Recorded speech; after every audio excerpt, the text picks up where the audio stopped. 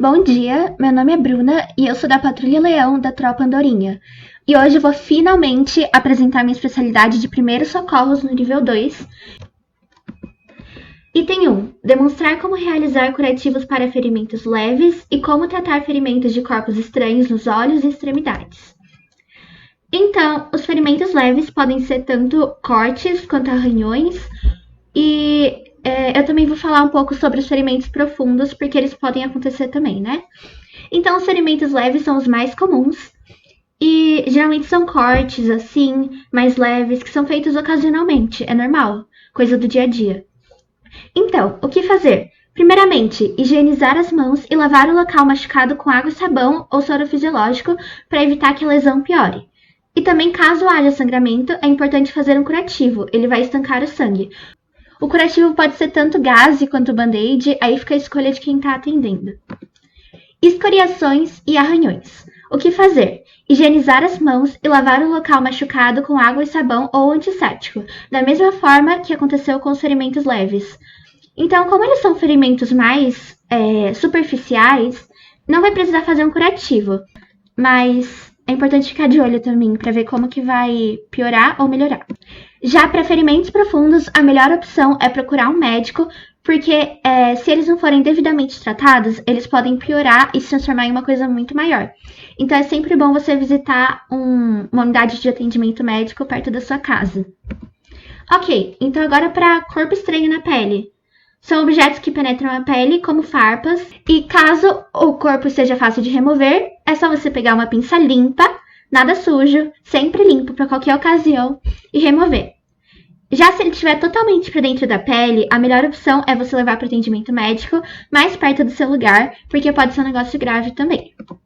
Agora, nos olhos, os maiores sintomas são irritação nos olhos, lacrejamento, problemas visuais, problemas em abrir os olhos e dores. Você vai lavar as mãos e usar um espelho para observar o corpo estranho, avaliar o que é, se você conseguir, e aí você vai lavar com água abundante. Por quê? Assim você vai conseguir remover o corpo estranho com mais facilidade.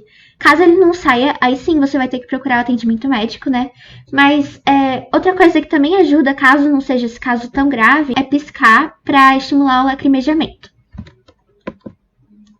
Item 2. Demonstrar como agir em caso de picadas de insetos, aranhas, escorpiões, cobras e outros animais peçonhentos. Então, picadas de insetos. Os sintomas são coceira, vermelhidão e irritação. Esses insetos são tanto a formiga quanto mosquitos, essas picadas mais do cotidiano. E elas costumam ser pouco prejudiciais. Por isso, uma pomada antialérgica ou uma compressa de gelo já são suficientes. E também é bom evitar coçar, né? Porque senão pode piorar e vocês sabem. Agora para abelha, remoção do ferrão. Não esprema de jeito nenhum. É indicado raspar o ferrão para fora do corpo para que ele não libere o veneno.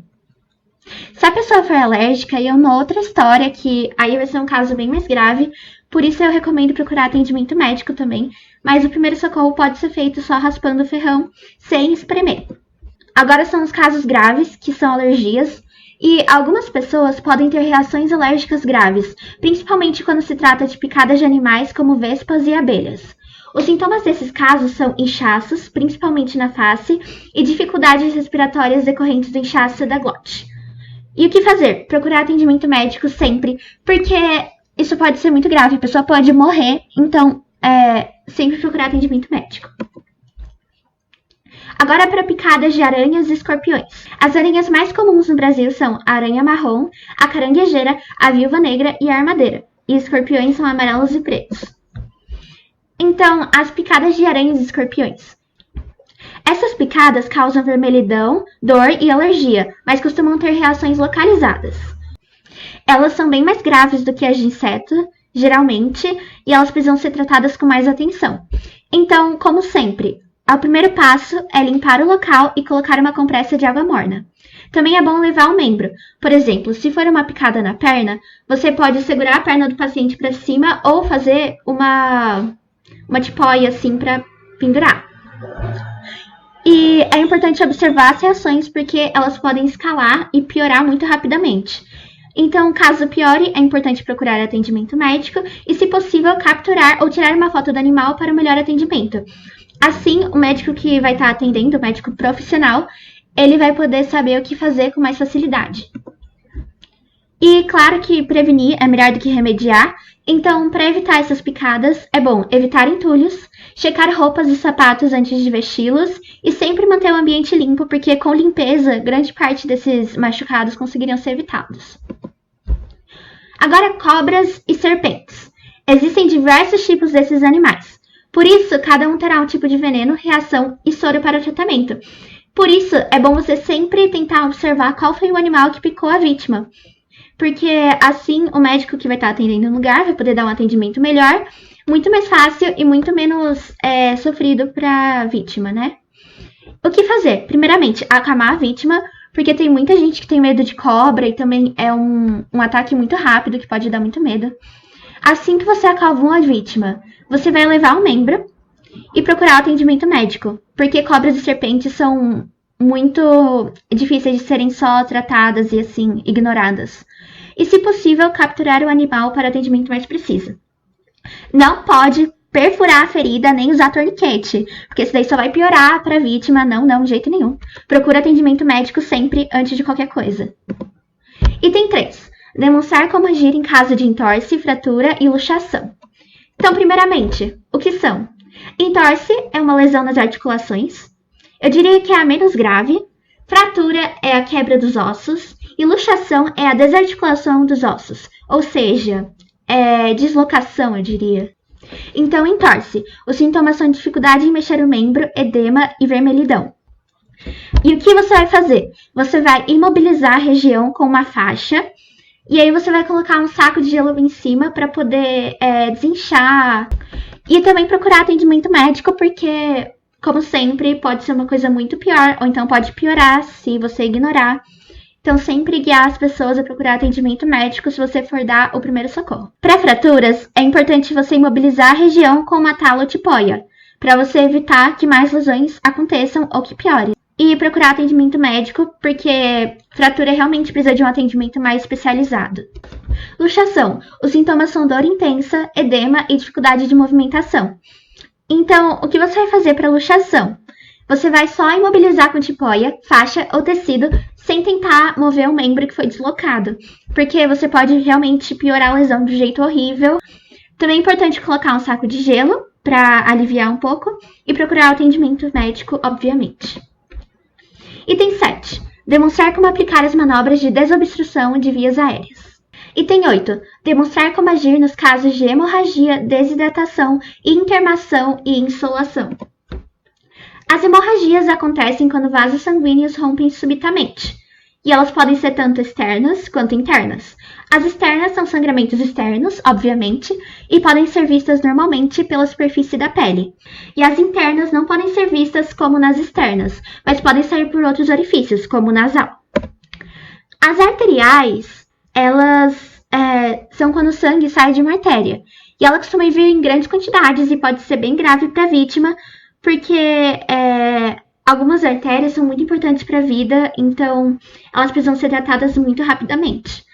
A venosa é quando o sangue sai de uma veia de maneira uniforme e cor escura. Essa não é tão grave, mas é importante estancar o sangue também.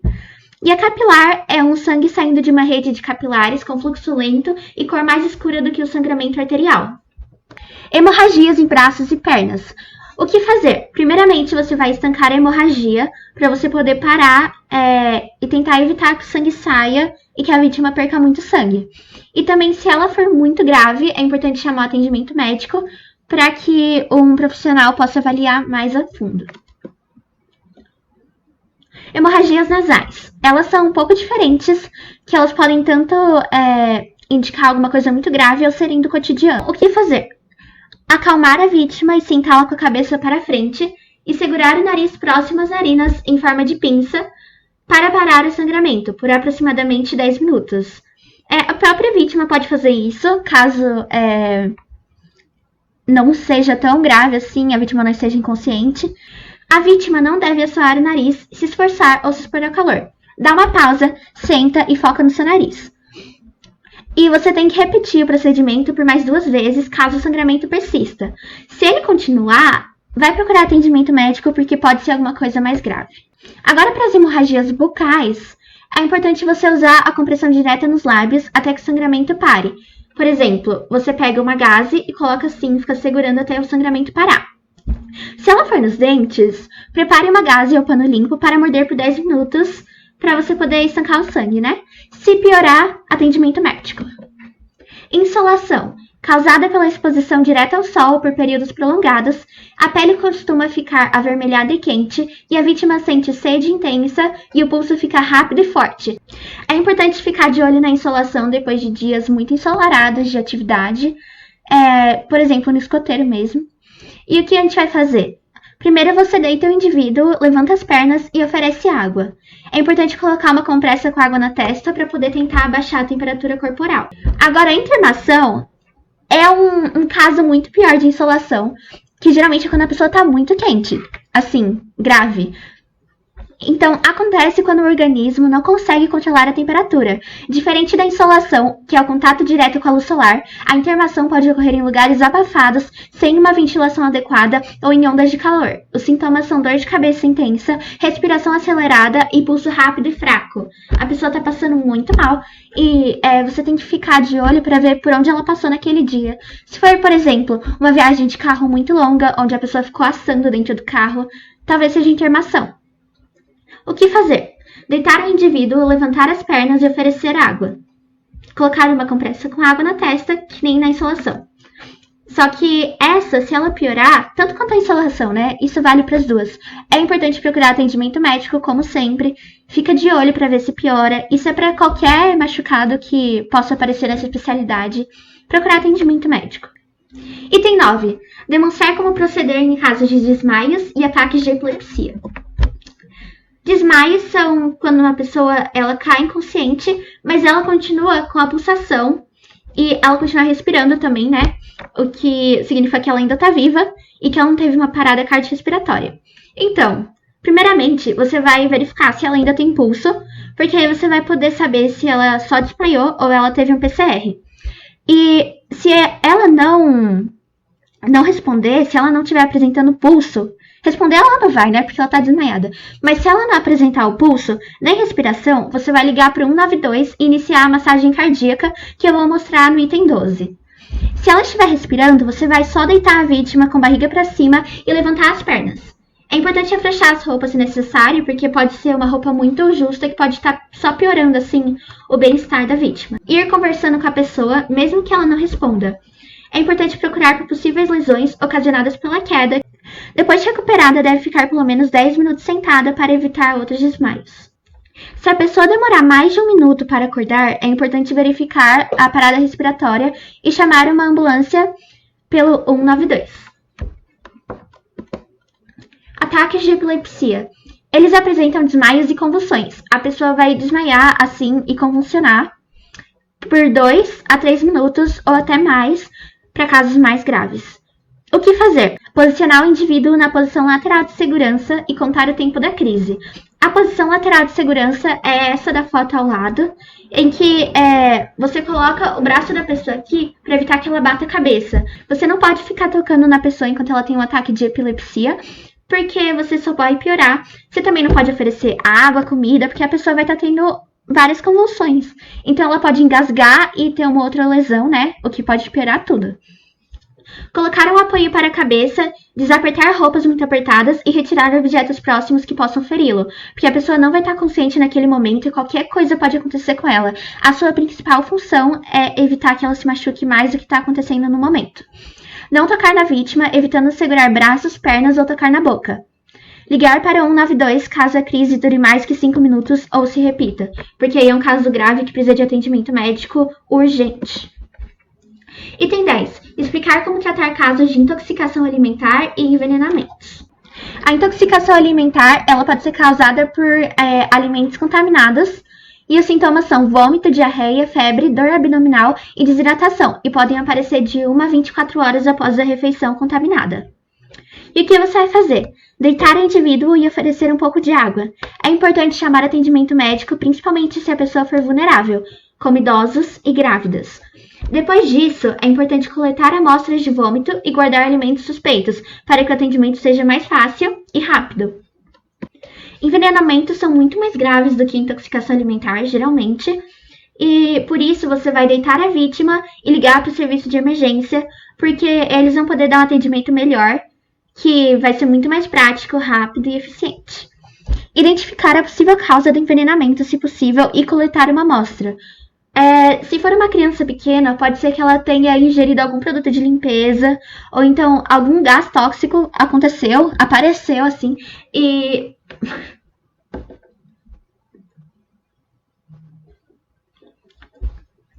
então é muito importante ficar atento nos sinais. É importante também não forçar vômito nem oferecer outros líquidos. Liga para emergência. Item 12. Identificar parada cardiorrespiratória e como realizar animação cardiopulmonar de acordo com o protocolo para leigos mais atual. Primeiramente, é preciso saber o que é uma parada cardiorrespiratória. A parada cardiorrespiratória acontece quando os sistemas respiratórios e circulatórios da pessoa entram em colapso, ou seja, eles param de funcionar, o que pode ser muito sério para a vítima, deixando lesões para sempre ou até mesmo causando morte. Por isso, é muito importante saber como dar o atendimento, os primeiros socorros e também chamar o serviço de emergência, porque assim você vai estar salvando uma vida. Então, para fazer o primeiro atendimento, você tem que ver o local. O local está limpo? Não vai cair nada na vítima enquanto eu estiver fazendo a manobra? Eu sou a pessoa mais especializada para fazer essa manobra aqui? Se você for, você vai imediatamente conversar com a pessoa. Senhora, você tá bem? Enquanto você chama a pessoa, você já tem que ir medindo o pulso e vendo a respiração. Por quê? Porque não há tempo. Se for uma parada cardiorrespiratória, realmente não dá tempo. Você tem que começar a massagear a pessoa. Então, senhora, você tá bem? Já para ver se a vítima tá respirando, você pode colocar o seu rosto bem rente ao dela. Não precisa tocar. De preferência também não jogar o cabelo na frente. O seu rosto vai vir bem aqui e vai escutar a respiração da outra pessoa, ao mesmo tempo que vai sentir a respiração. Com isso, você pode ter mais precisão do que por aquele método de... Porque às vezes não dá pra ver no meio de tanta roupa. Se você perceber que a vítima está inconsciente, está sem pulso e não está respirando, você tem que ligar para o 192 imediatamente. Ou então para o 193, mas sempre 192 primeiro. Você pode pedir para outra pessoa que está próxima ligar, ou então você liga muito rápido e já começa a massagear. Sobre a massagem, como vai funcionar? Você pega uma mão, de preferência sua dominante, e coloca em cima da outra. Fecha, e assim você vai localizar bem no meio do peito da pessoa. 1, 2, 3, 4, 5, 6, 7, 8. Você vai fazer isso sem parar por 120 vezes. Ou seja, mais ou menos 120 segundos ou 2 minutos. Depois que você fizer isso 120 vezes, você vai rapidamente verificar o pulso da vítima e ver se ela está respirando. Voltou? Tudo bem. Caso ela não tenha voltado, você tem que voltar imediatamente a fazer a massagem até 120, checar de novo e continuar fazendo a massagem.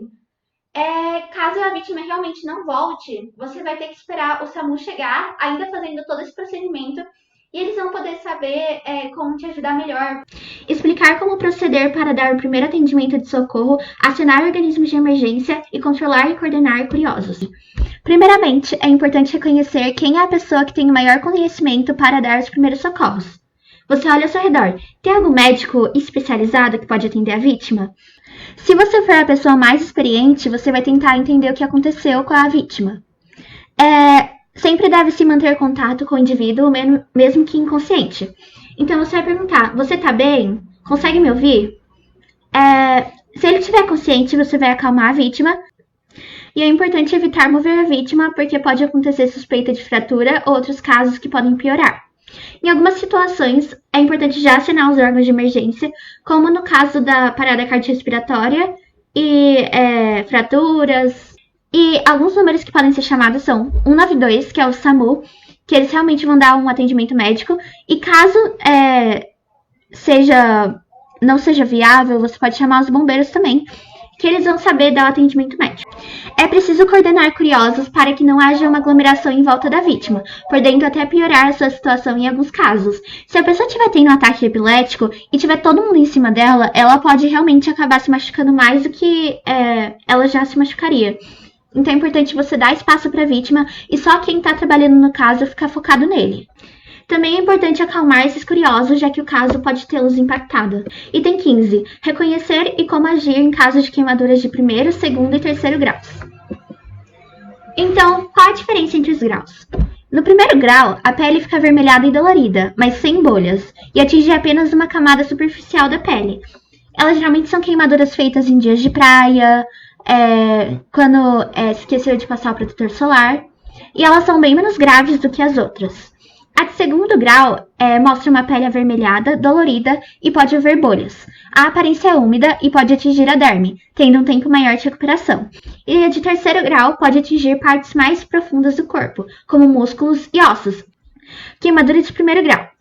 Para queimadura de primeiro grau, você vai só banhar a parte queimada em água fria corrente. Também podem ser usadas compressas frias. Passar uma pomada hidratante seguindo as recomendações da ficha médica do paciente. Já para queimadura de segundo grau, você vai banhar a parte queimada em água fria corrente. Também podem ser usadas compressas frias, assim como a de primeiro grau. E é importante lavar o local com água e sabão cuidadosamente, porque você pode deixar a pele um pouco irritada. E é importante cobrir a região com uma gaze para que ela não piore, para que ela não fique exposta. E não fura a bolha de jeito nenhum. E se piorar, procure ajuda médica. Para de terceiro grau, olha a foto. É realmente queimada de pessoas que cozinharam com álcool, por exemplo. É uma queimadura bem grave que precisa ser tratada urgentemente. Por isso, você só vai colocar uma gaze e o pano limpo e procurar atendimento médico correndo, porque senão a pessoa pode até ter que amputar o membro. Item 16. Demonstrar como proceder em casos de desidratação, febre e dores. A desidratação acontece quando o corpo precisa de mais água do que foi consumido. Geralmente quando as pessoas não bebem água suficiente durante o dia. Os sintomas de desidratação leve e moderada são dor de cabeça, sede, tontura, boca seca, cansaço, prisão de ventre, falta de vontade de urinar. E os sintomas da desidratação grave são olhos fundos, sede extrema, cansaço extremo, febre, irritabilidade, urina escura e pouca, batimento cardíaco rápido, delírio e inconsciência em casos mais graves. Para desidratação leve e moderada, é importante ingerir água, porque esse é o maior motivo do porquê a desidratação ocorreu, né? A falta de água. Então, também podem ser usados isotônicos e soros caseiros. Agora, se a desidratação for grave, você tem que procurar atendimento médico urgente, porque a pessoa pode até morrer em alguns casos. Febres são uma reação do corpo a alguma mudança interna ou externa, como gripes. Costumam ser inofensivas e as temperaturas corporais de até 37,5 são normais, mas acima desse número, elas já são consideradas febre. Então, o que você tem que fazer? Hidratar e comer coisas leves, banhos com água morna, monitorar a febre. E também usar compressas frias. Se a febre continuar, procurar atendimento médico, porque pode indicar algum desbalanço no corpo, alguma coisa que precisa ser monitorada por um profissional. A febre alta, ou seja, acima de 39,6 graus, ela pode indicar alguma coisa muito ruim no corpo do paciente, mais do que a febre comum. Então, para isso, é importante ingerir água aos poucos e também podem ser tomados isotônicos e soros caseiros. Mas é importante você procurar atendimento médico para esse tipo de febre. As dores podem acontecer por diversos fatores e em diversos lugares. Por isso, identificar o que aconteceu e ajudar da melhor forma possível. Esse tratamento pode ser tanto com uma compressa fria, remédios, com a ajuda da ficha médica. Nunca se automedique, não medica outro paciente só porque você acha que pode melhorar. A gente nunca sabe como que o paciente vai reagir. E também outros. Item 17. Relatar como deve seguir as orientações da ficha médica dos companheiros de matilha/patrulha ou alcatéia. A ficha médica pode ser acessada por meio do Paxto, na parte de meus dados, e depois ficha médica. Nela vão ter várias informações importantes que podem ajudar quando você quer ajudar o seu companheiro de patrulha. Então, por exemplo, ela fala se ele já teve alguma experiência passada, alguma doença passada, como asma, bronquite, e pergunta se ele tem medicamentos em uso contínuo, caso ele precise ser medicado. Também fala sobre possíveis alergias, também outros problemas como problemas cardíacos, se ele sabe nadar ou não, o que pode explicar vários possíveis problemas que podem acontecer em alguma atividade ou acampamento. E É muito importante que ela esteja atualizada para que não haja nenhum erro na sua medicação, no seu atendimento. Talvez seja uma pessoa que é alérgica a insetos, por exemplo. Ao acessar a ficha médica, você vai poder saber tudo isso e também o medicamento que é recomendado no caso desse tratamento. E foi isso, obrigada!